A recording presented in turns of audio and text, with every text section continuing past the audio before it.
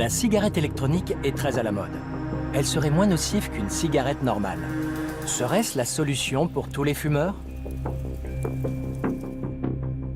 Qui, comme moi, n'a jamais fumé, a du mal à imaginer ce que peut représenter la dépendance au tabac.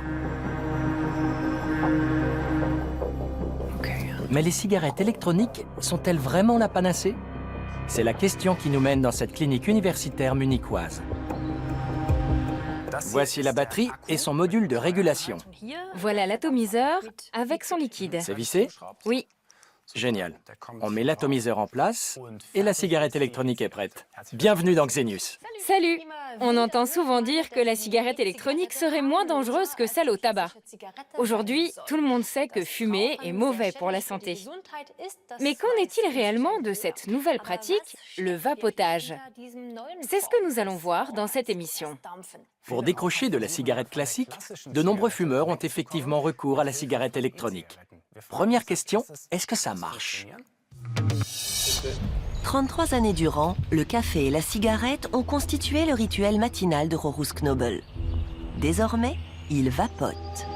Cela fait 6 ans que ce fumeur invétéré est passé à la cigarette électronique. Au travail, j'étais avec les fumeurs et tout d'un coup, quelqu'un a brandi une cigarette électronique. Il me l'a tendue en disant « Tu devrais essayer ça, c'est vraiment bien ». Elle était aromatisée à la pomme et à la menthe. Alors j'ai filé au magasin m'acheter une vapoteuse, elle aussi à la pomme et à la menthe. J'ai tout de suite embrayé et pendant 3 jours, je n'ai fait que vapoter. Puis j'ai paniqué, il me fallait une cigarette. J'ai tiré 2 bouffées et là, je me suis demandé comment j'avais pu fumer un truc pareil. Le goût et l'odorat s'étaient adaptés comme si j'étais redevenu non-fumeur. Et la cigarette m'a semblé infecte.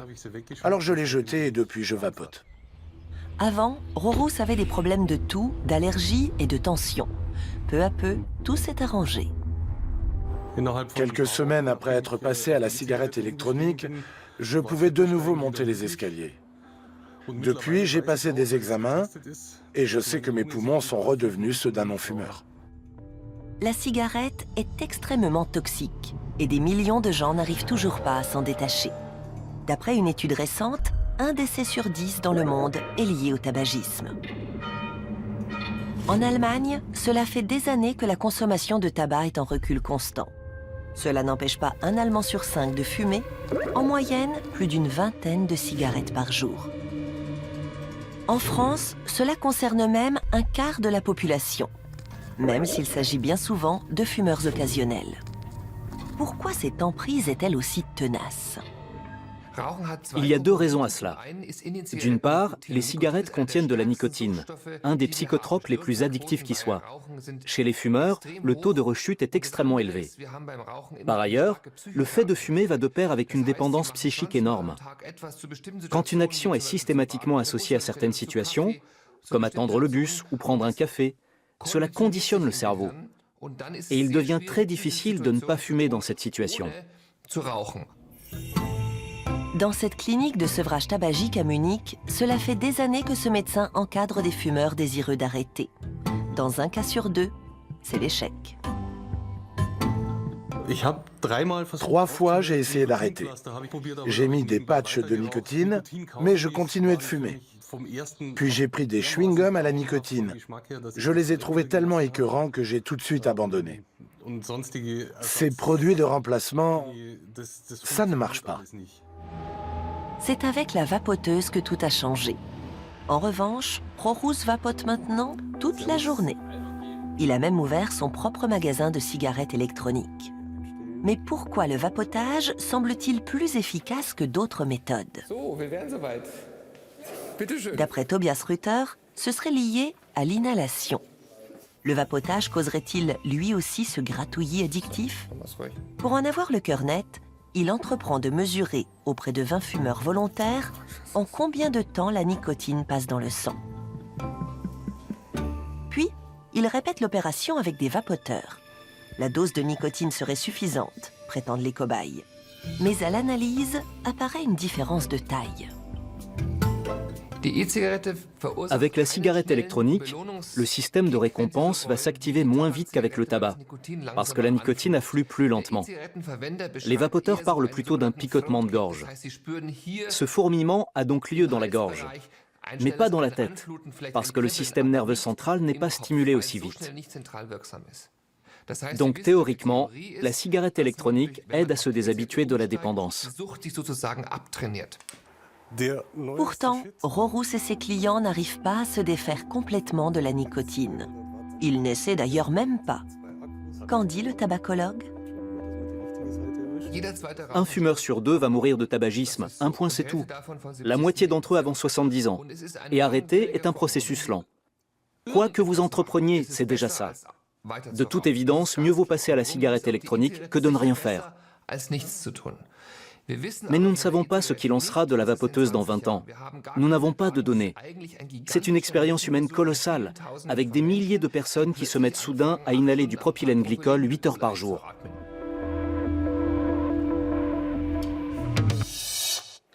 Si l'on ne décroche pas de la dépendance à la nicotine, quel est le problème pour l'organisme? Dans toute cette affaire de cigarettes électroniques, le pire, ce n'est pas la nicotine.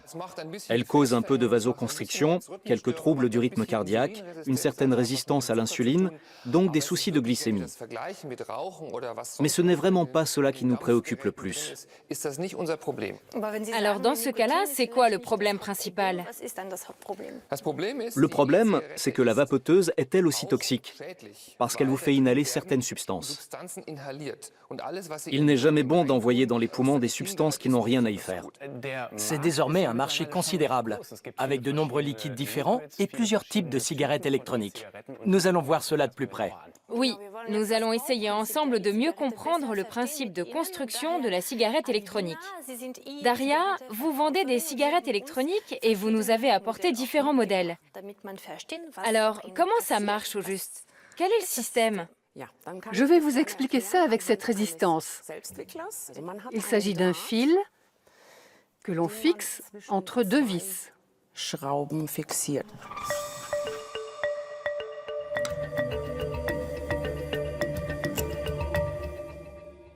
Dans le cas présent, on prend une mèche de coton, du coton bio et non traité, spécialement conçu pour les atomiseurs.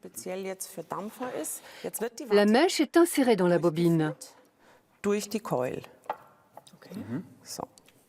C'est elle qui va transporter le liquide. Le liquide va goûter là-dessus. Oui. Et là, je vais en prendre un sans nicotine. Quel parfum? C'est du strudel aux pommes. Du strudel. On verse directement le liquide dessus. C'est visqueux.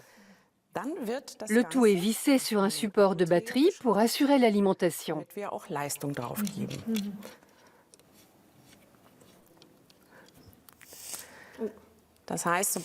En appuyant sur l'interrupteur, je mets le circuit en marche et le liquide est vaporisé.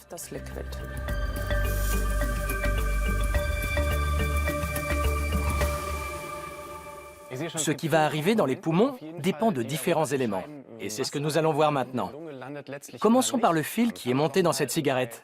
Expliquez-nous sa composition et son fonctionnement. Plusieurs études ont été menées. Comme il existe toutes sortes de filaments, tous dans des matériaux différents, les observations ne portent que sur certains points donnés. Mais on peut dire que s'il y a un problème de tension et que le liquide ne passe pas, si l'interaction entre le transport du liquide et la tension n'est pas ce qu'elle devrait être, ces bobines risquent de dégager beaucoup de métaux lourds qui vont être inhalés et sont très dangereux. Cela peut même rejoindre le niveau de dangerosité de la cigarette conventionnelle, si l'on fume sans liquide par exemple. On sait bien qu'à force d'aspirer, on finit par absorber une certaine quantité de métaux lourds. S'il s'agit comme ici d'un fil de nichrome, même moi qui n'y connais rien, je comprends que c'est risqué. Eh bien moi qui suis du métier, je peux vous dire que ça m'inquiète. Même s'il faut toujours avoir les effets de la cigarette ordinaire à l'esprit, elle aussi contient des métaux lourds et même de la radioactivité. 700 substances dont la toxicité est connue, comme le monoxyde de carbone. Avec la cigarette électronique, le potentiel de nuisance est bien moindre, mais ça reste une nuisance. Et le coton, quand il n'est plus humidifié, il brûle. J'imagine qu'il faut s'y connaître pour l'empêcher de brûler. C'est un classique, mais ça ne se produit qu'une seule fois, parce que les clients disent « plus jamais ça ». Après, ils réalimentent l'appareil ou changent la bobine à temps. Le système recèle donc bien des questions qui n'ont pas toujours de réponse claire. Mais il y a quelque chose d'encore plus intéressant, ce sont ces liquides et ce qu'ils contiennent. Ici, par exemple, je lis Earl Grey. Reste à savoir ce qu'il y a vraiment dedans. Fraises, strudel aux pommes, gâteaux au fromage blanc, le marché des cigarettes électroniques compte déjà plus de 7000 arômes différents. La plupart de ces composants sont autorisés en tant que produits alimentaires. Mais cela ne veut pas dire qu'ils soient sans danger sous forme d'aérosol. En 2015, les chercheurs de l'université d'Harvard font une découverte inquiétante. Bon nombre de ces liquides en vogue contiennent un ingrédient sujet à caution, le diacétyl, qui donne un arôme de beurre au produit. On sait qu'à dose massive, son inhalation peut obstruer les alvéoles pulmonaires et endommager les tissus. Cette bronchiolite oblitérante est connue depuis des années sous le nom de poumon popcorn. Cet arôme de beurre est utilisé lors de la préparation du popcorn au micro-ondes. Et les ouvriers, qui avaient régulièrement inhalé ce produit, ont développé de graves pathologies pulmonaires.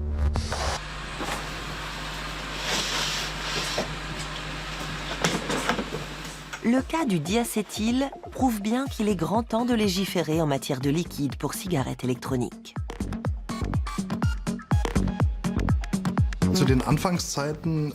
Au début, il suffisait d'une licence commerciale pour vendre un liquide. Il n'y avait pas de loi particulière. Les produits pour vapoteuses n'étaient pas soumis à une législation spéciale. Depuis le 1er mai 2016, beaucoup de lois et de règlements sont entrés en vigueur. Et ces produits sont devenus bien plus sûrs. Dans les liquides pour vapoteuses, les fabricants peuvent utiliser les ingrédients de base suivants.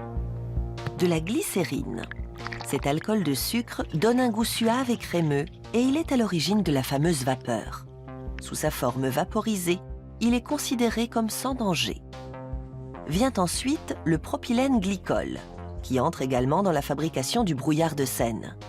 Ces vapeurs peuvent irriter les voies respiratoires. Pour diluer, il faut de l'eau, dont la vapeur est inoffensive. Enfin, il faut une petite quantité de nicotine. La dose maximale autorisée de 2% n'est pas directement toxique, mais elle n'en induit pas moins une dépendance. Le goût, proprement dit, provient de la combinaison de différents arômes. En tant que denrée alimentaire, il ne pose pas de problème. Quant à savoir ce que cette vapeur aromatique, une fois inhalée, inflige à nos poumons, nous n'en savons pas grand-chose.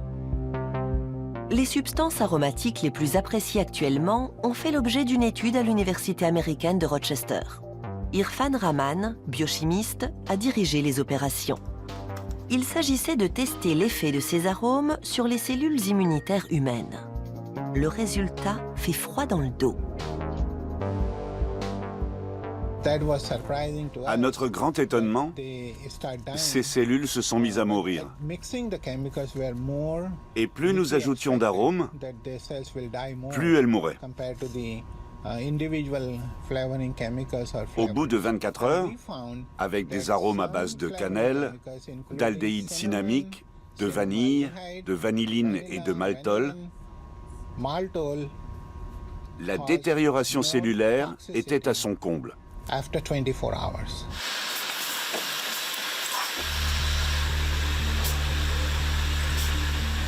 Mais quels sont donc les autres arômes dangereux ? Pour le savoir, il faudrait vaporiser et tester tous les ingrédients et toutes leurs combinaisons.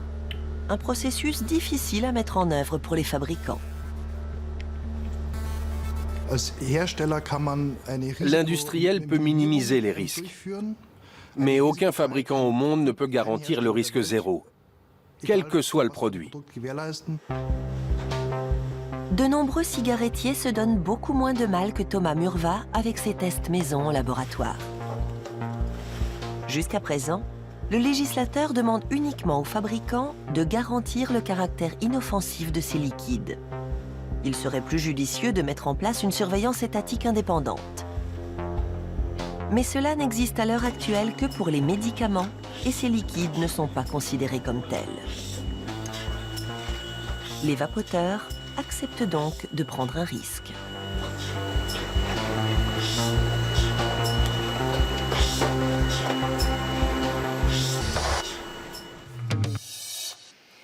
Pour connaître l'effet de ces liquides sur notre santé, il faudrait des études scientifiques indépendantes et sur le long terme.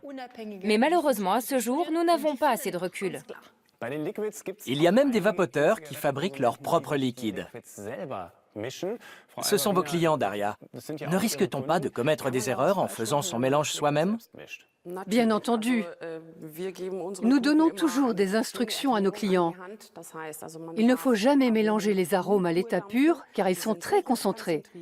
De même qu'il faut très soigneusement doser l'apport de nicotine.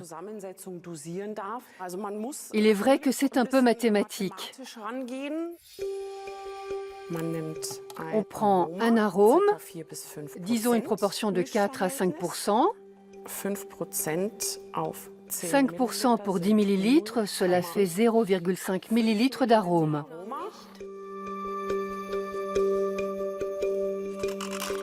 Là, je mélange bien. Et quand on fait ça soi-même, il faut laisser reposer.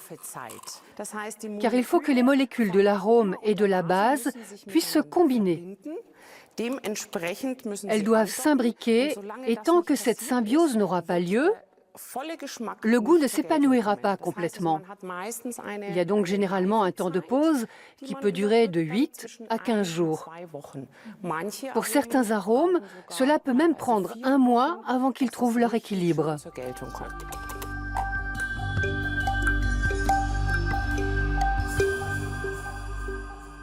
Quand ces arômes sont vaporisés, est-ce qu'on sait ce qui se passe dans l'organisme?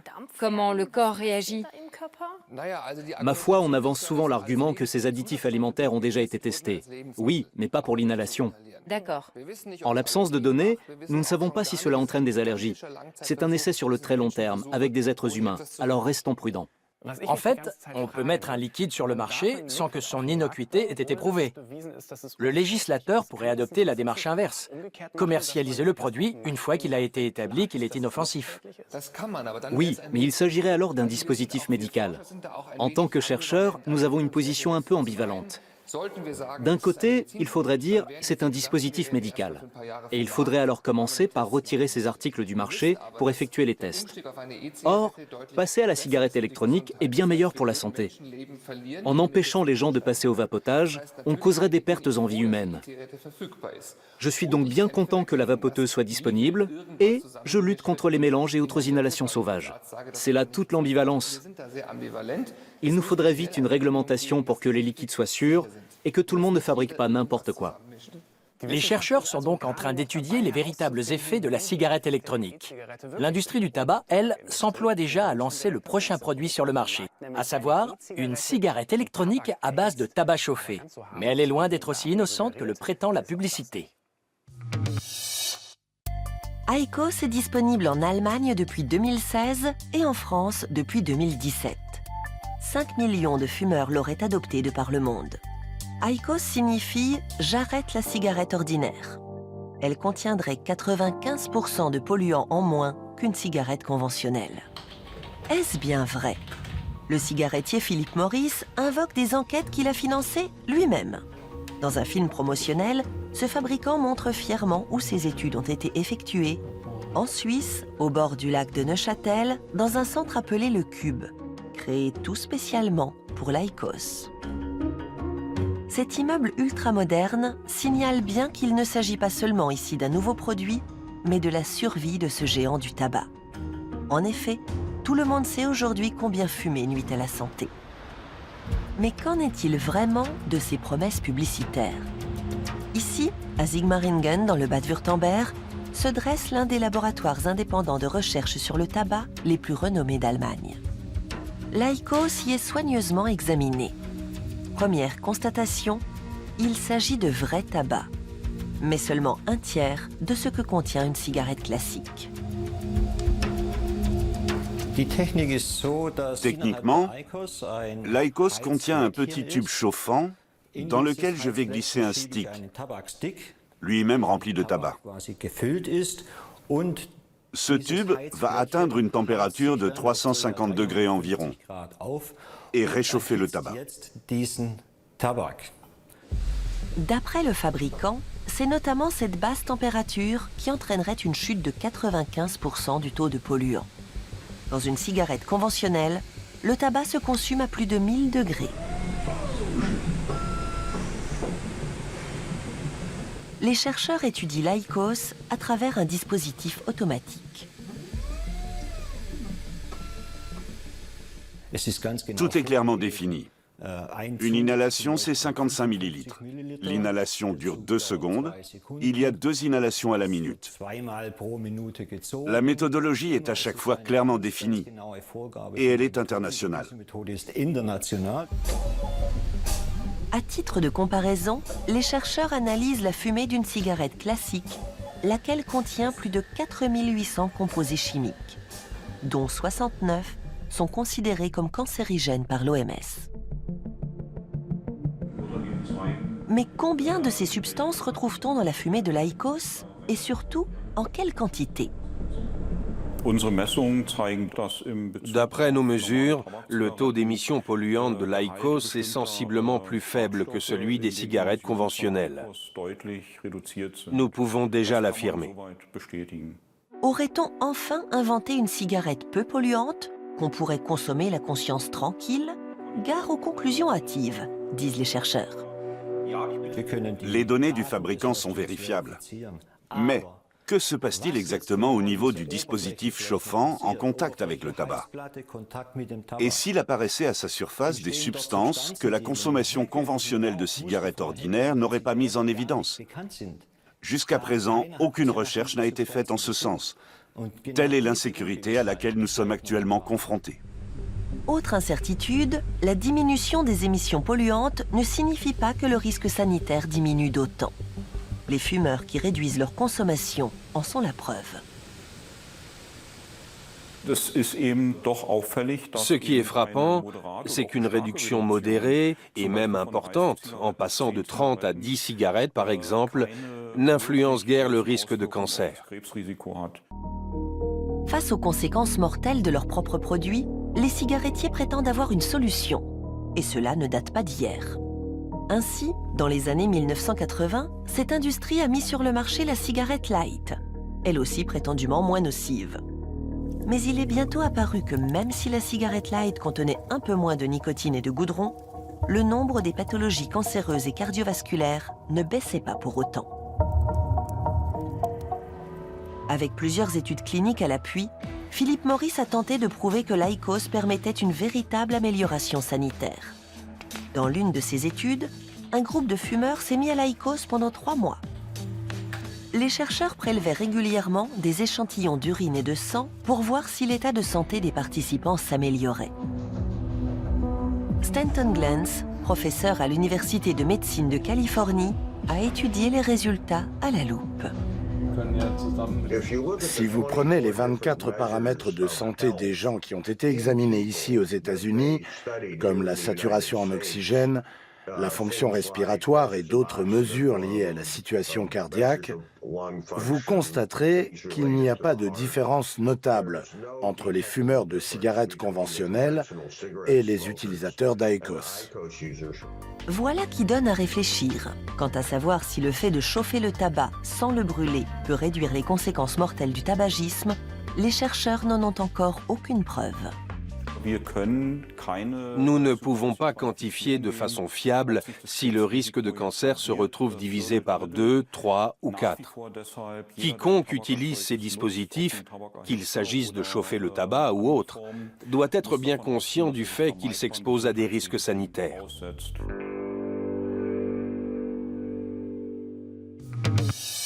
Que pensez-vous de ce dispositif pour chauffer le tabac? Il s'agit de la réponse des cigarettiers à une prise de conscience sanitaire accrue des fumeurs. C'est nouveau. Avant, cette industrie niait que fumer soit nuisible pour la santé. Il a fallu qu'elle soit attaquée en justice. Elle procède aujourd'hui à de vastes recherches et nous submerge d'études pour affirmer que le fait de chauffer le tabac avec ces instruments modernes serait moins dangereux. Ce qu'il y a, c'est que dans les universités, nous n'avons pas les moyens de prouver le contraire. Alors que ces produits sont toujours toxiques. Le tabac n'est plus brûlé, mais chauffé. C'est peut-être un peu moins nocif qu'avant, mais rien ne le prouve. Merci beaucoup. Le sujet était complexe et la discussion passionnante. Merci. Une chose est sûre, la cigarette électronique n'est sûrement pas sans danger. Quant à savoir quels sont les dégâts sur notre santé, nous manquons de preuves scientifiques en la matière. On est loin d'en avoir fait le tour. Tout ce que l'on sait, c'est que la cigarette électronique et son liquide sont résolument moins nocifs que le fait de fumer une cigarette conventionnelle. Donc si vous voulez vraiment arrêter, et si vous avez déjà tout essayé, la vapoteuse peut éventuellement être une solution et vous aider à vous débarrasser de la cigarette. Le mieux étant bien entendu de ne pas commencer. Sur ce, au revoir.